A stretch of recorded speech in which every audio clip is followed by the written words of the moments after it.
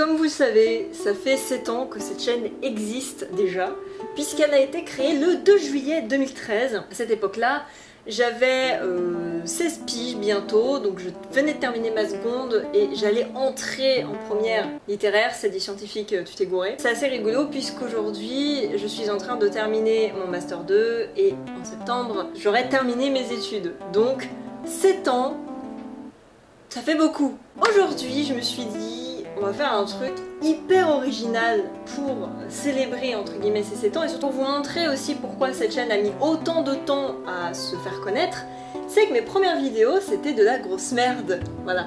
Donc aujourd'hui je me suis dit que j'allais explorer les tréfonds de ma chaîne et notamment les premières vidéos de ma chaîne. Donc ouais, c'est très original, n'est-ce pas? Ces vidéos donc que j'ai mises en non répertorié et j'avais tellement honte de ces vidéos que j'ai décidé d'en faire des remakes que vous pouvez voir sur la chaîne. Et donc la première vidéo que j'ai faite c'était la mode à l'Égypte antique.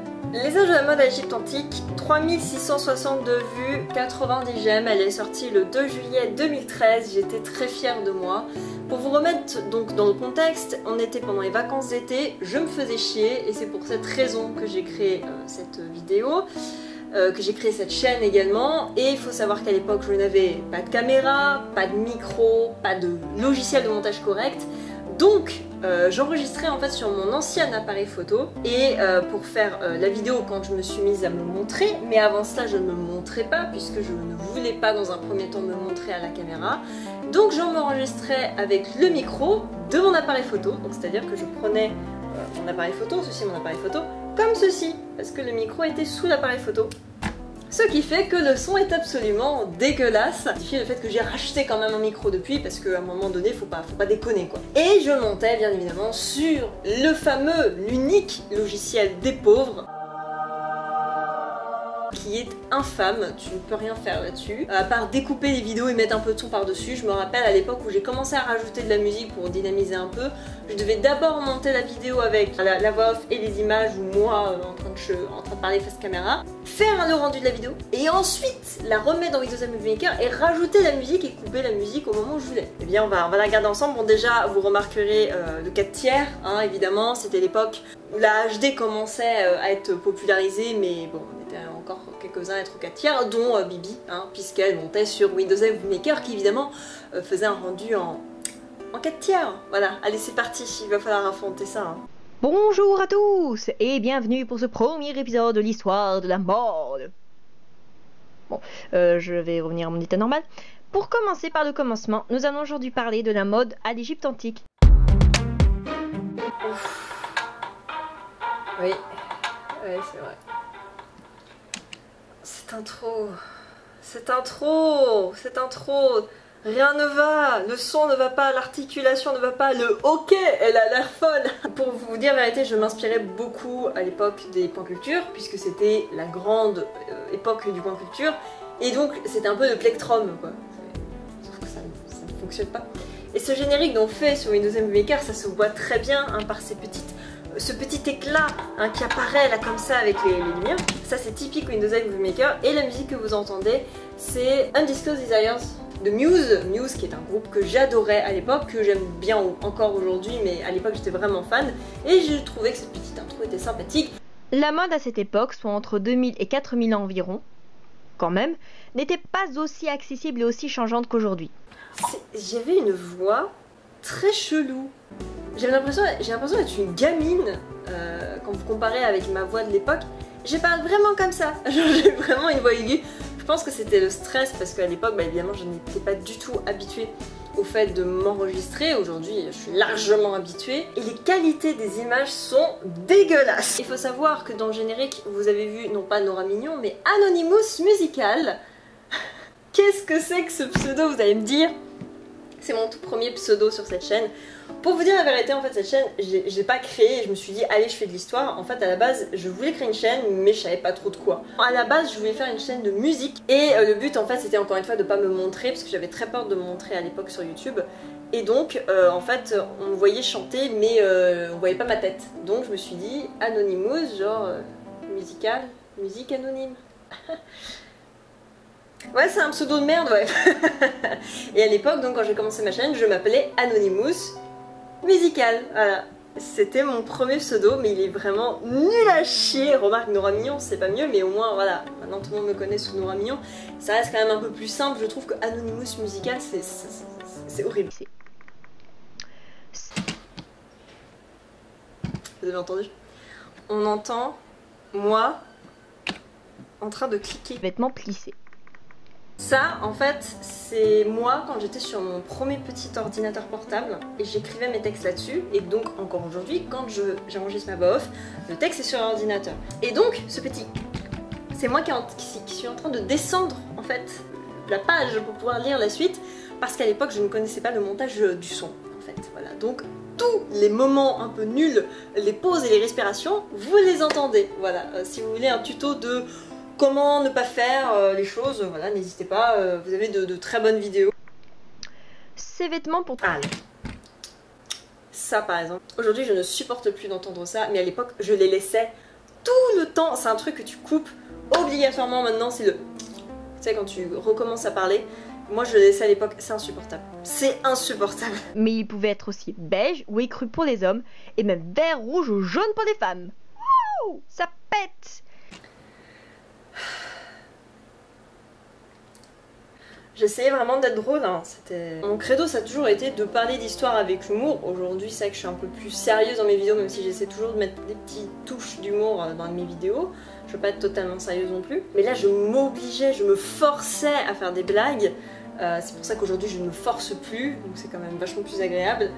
Mais j'avais une période où je me forçais vraiment à faire des blagues et c'est horrible. Vraiment, mieux vaut ne pas en faire que de vous forcer à faire des blagues dans vos vidéos.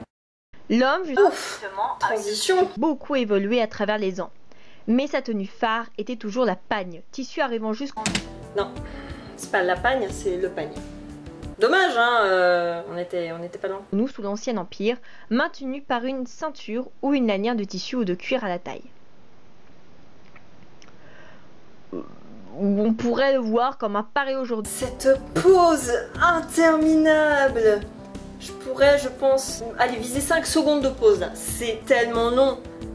En fait, dans 4 minutes 40 de vidéo, il n'y a rien quoi. Cette pagne a encore évolué sous le Moyen Empire, pardon. Oh mais rien que ça quoi. La meuf elle se gourde dans sa phrase, elle le laisse au montage, non mais... Celle-ci, contrairement pour les hommes, n'a pas beaucoup évolué jusqu'à... Ça ne veut rien dire. Contrairement pour les hommes, contrairement aux hommes. Pourquoi contrairement pour les hommes? Je ne sais pas parler français, c'est magnifique. J'espère que cette vidéo vous a plu et je... Non. En vrai, ça va au niveau du contenu, c'est pas non plus incroyablement faux.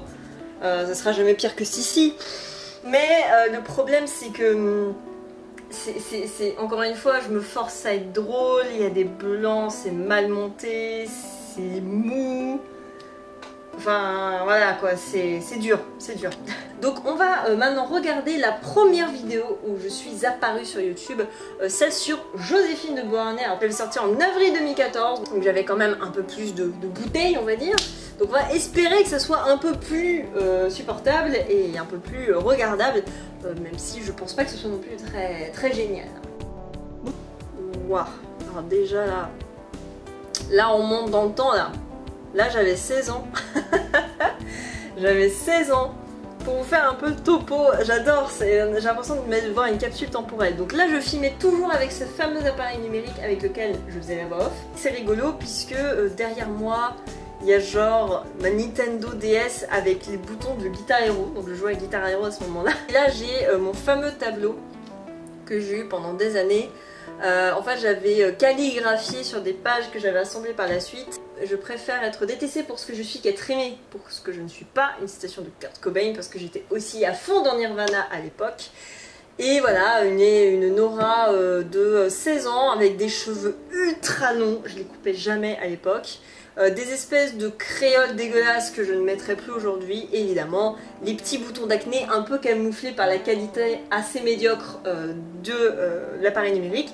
Voilà, donc voilà, on est dans mon ancienne chambre chez mes parents, c'est magnifique. Je trouve ça super rigolo de revoir ça. Et je sens que je vais quand même souffrir à regarder cette vidéo.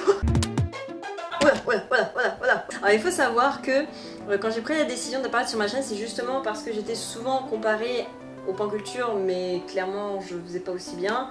Et je sentais qu'en fait j'avais pas d'identité sur mes vidéos. Et du coup j'ai décidé d'apparaître à la fois en facecam et à la fois en voix off pour essayer de faire quelque chose d'un peu plus rythmé et en fait ce qui me permettrait d'être un peu plus libre au niveau des blagues, au niveau du rythme, etc.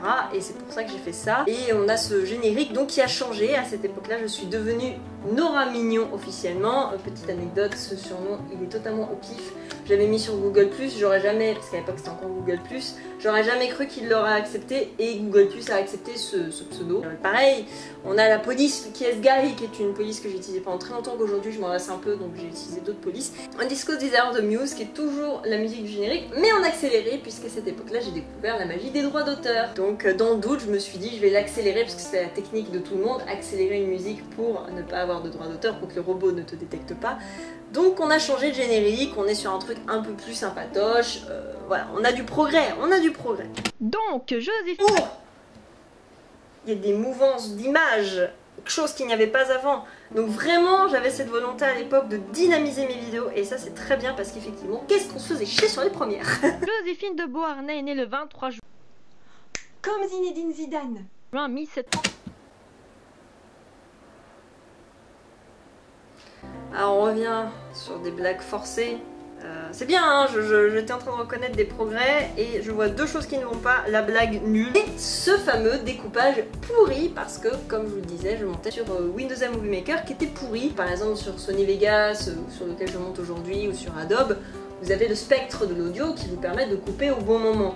Mais sur Windows Movie Maker, tu peux aller te carrer avec le spectre et donc c'est un peu au feeling que tu découpais le son. Donc c'est pour ça que souvent je suis mal coupée en fait dans mon audio pour introduire en fait les facecam. Bon bah c'est le métier qui rentre on va dire. Elle est née en Martinique dans une plantation sucrière. À 16 ans, elle épouse Alexandre de Oh, Beauharnais. oh. Putain, je vais super vite. Allez, elle est dans une plantation sucrière. Maintenant, elle s'est mariée avec ce mec-là. À l'époque, je parlais très vite et j'ai toujours une tendance à parler très vite, notamment quand je suis stressée. Quand je fais des visites guidées, j'ai tendance à parler beaucoup plus vite que là, maintenant, par exemple. Voilà, je me suis calmée parce que les gens m'ont dit punaise, tu parles vite quand même sur tes vidéos, faudra peut-être que tu réduises un petit peu le débit. Et maintenant, je prends mon temps. Je me sens tellement seule. Ah, on a un petit effet de montage pour appuyer la blague, pas franchement qualitative, mais petit effet de montage pour essayer de rendre le truc encore une fois un peu plus dynamique. Non mais il y a du progrès, faut quand même que je le reconnaisse. Dans ses opérations diplomatiques. Qui est gentil quand même. Donc après avoir été... Quoi? Qu'est-ce que je viens de dire? Dans ses opérations diplomatiques. Qui est gentil quand même. J'ai mal monté... J'ai mal placé une blague dans la vidéo. En fait ce que je voulais dire, et Joséphine Leda dans ses trucs diplomatiques là, en fait je voulais dire et Joséphine, bon un rajout nul mais un rajout quand même, qui est gentil quand même, l'aidait dans ses rajouts. Sauf qu'en fait, j'ai pas dû piger, ou j'ai pas dû vérifier que c'était à ce moment là, et du coup je l'ai rajouté après. Du coup ça n'a aucun sens. En gros ça fait et Joséphine Leda dans ses affaires diplomatiques, qui est gentil quand même. Ceci paraît tout à fait possible. Cet effet, les gens qui utilisent Windows Movie Maker ont juste besoin de voir cet effet pour comprendre qu'on est sur Windows Movie Maker. L'effet métallique argenté, là j'ai jamais trop su le nom. Encore une fois sur Windows Movie Maker, à part les effets proposés par le logiciel, tu pouvais rien faire d'autre, t'avais pas d'effet de halo, tu pouvais pas régler le noir et blanc comme tu voulais, enfin la luminosité, le contraste, voilà, c'était particulièrement limitant. Donc ouais bah c'est moche quoi. Joséphine de Beauharnais a l'air très insignifiante comme ça. Mais en fait c'était une... C'est quoi cette attitude là? Elle a l'air très insignifiante comme ça. Ah là là, je suis tellement à l'aise devant la caméra. Ouais, eh ben c'était la belle époque messieurs dames hein. Ça m'a fait bien plaisir quand même de regarder ces vidéos, ça me fait rire de les voir et ça me fait aussi plaisir de constater que je me suis quand même améliorée depuis le temps, que mes thèmes ont changé, mon écriture a changé, mon matériel a changé et surtout mon montage a changé drastiquement. Mais c'est vrai qu'il faut se dire voilà, que quand j'ai créé ma chaîne, Nota Bene n'existait pas, les revues du monde n'existaient pas, je l'ai toujours dit. Donc j'avais pas vraiment d'exemple en termes de vulgarisation. En 2013 la vulgarisation c'était très balbutiant, voire inexistant. C'était pas du tout aussi connu qu'aujourd'hui, pour la communauté française en tout cas. Et je pense que si j'en suis rendue après 7 ans à avoir même pas 5000 abonnés, ce qui est quand même assez ouf pour une chaîne YouTube, c'est pas par manque de soutien, c'est pas par partage, etc. Mais c'est parce que j'ai mis beaucoup de temps à démarrer.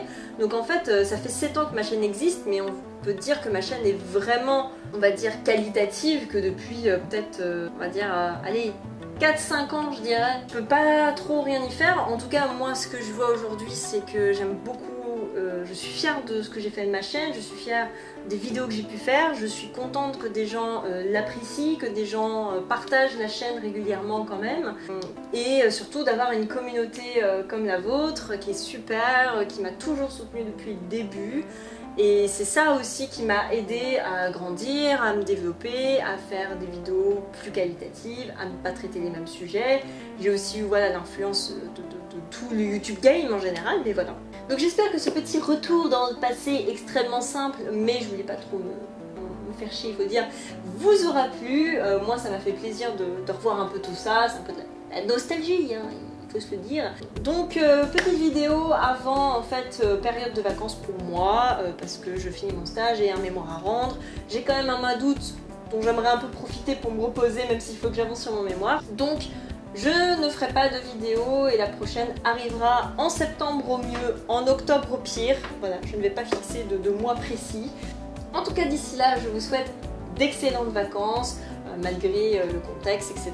J'espère que vous pourrez partir un petit peu, visiter des choses, tout ça. Et puis bah, dans tous les cas quand même, je vous retrouve très bientôt pour de nouvelles vidéos. Ciao!